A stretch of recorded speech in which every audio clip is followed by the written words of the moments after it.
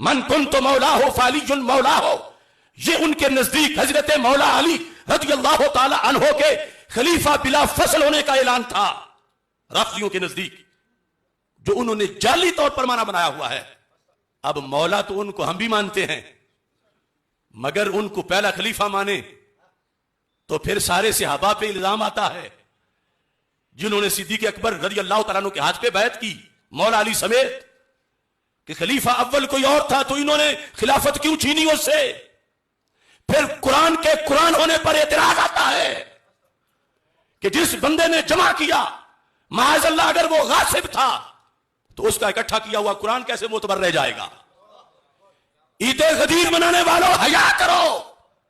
मन कुन तो मौला हो फालीयुल मौला हो, ये सुन्नी का ईमान है और सुन्नी का ये ऐलान है। मन कुन तो मौला का ये ऐलान है कि जो ये मनाता है वो जहन्नम का निशान है।